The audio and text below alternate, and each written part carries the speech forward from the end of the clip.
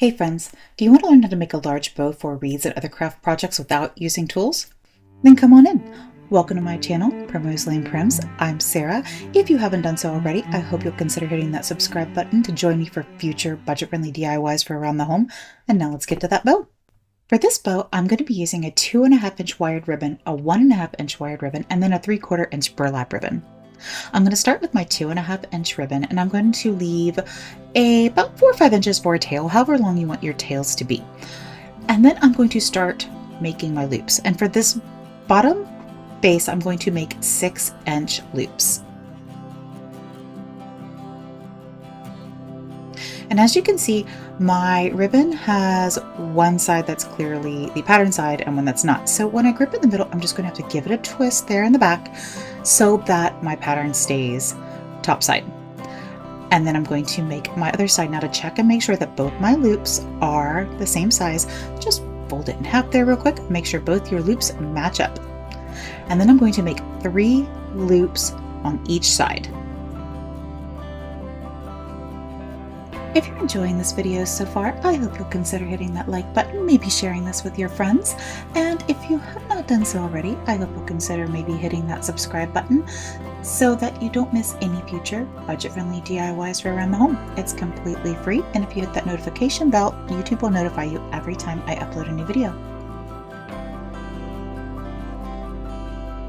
Now, if you're using ribbon that's double-sided, you don't have to twist it there in the middle. Makes it a little easier if it's double-sided. That's only if you have a ribbon that has a clear pattern side or top side and bottom side that you have to twist it.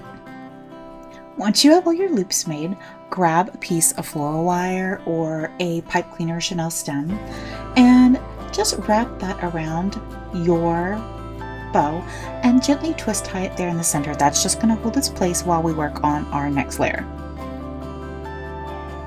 And once you get that on there, you can fold it in half and just double check that everything is looking nice and equal.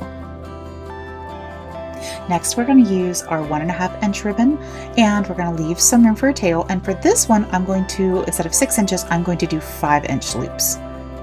So 6-inch for the first one, and now 5-inch for the second layer of ribbon.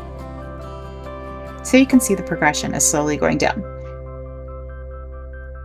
And once again, I'm going to have to twist it there in the middle to keep my top side up, and I'm going to make 3 loops on each side once again. Fold it in half, make sure my loops are equal, and then pinch, twist, and loop. Pinch, twist, and loop.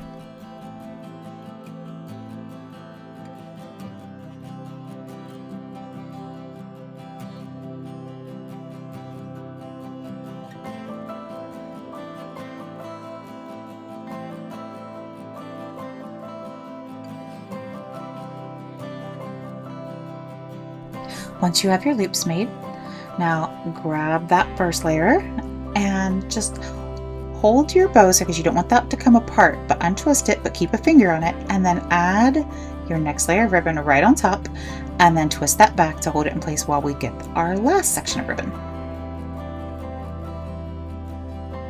So now for these loops on the burlap ribbon, on our last ribbon, I'm going to make 4-inch loops. So we did 6, 5, and 4.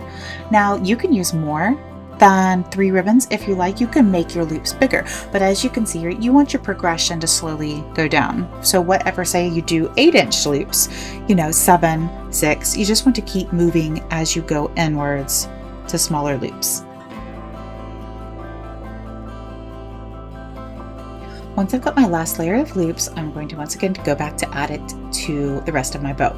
Now, as I undo it this time, I'm going to keep a firm grip on it so we don't want to lose all of our previous work.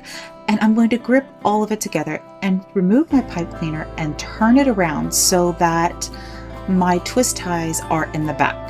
And then I'm going to securely tie this or squeeze this down really good multiple times. And now we've got our wires in the back so that we can attach this to a wreath or a garland or whatever we want to put this on. Next, I want to dovetail my ends, and to dovetail your ends, all you need to do is fold your ribbon in half and then cut diagonally towards the wired edge. Just fold in half and then cut diagonally towards the wired edge. This just gives it a nice finished look.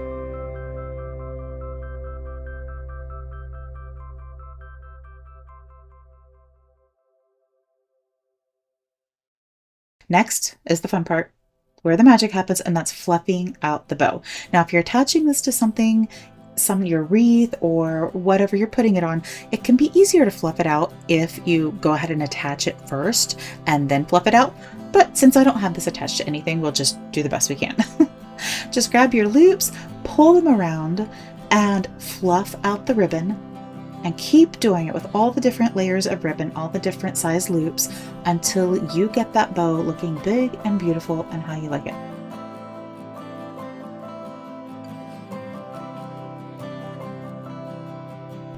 This is my favorite part. This is where you get to see the bow take shape. And there you go.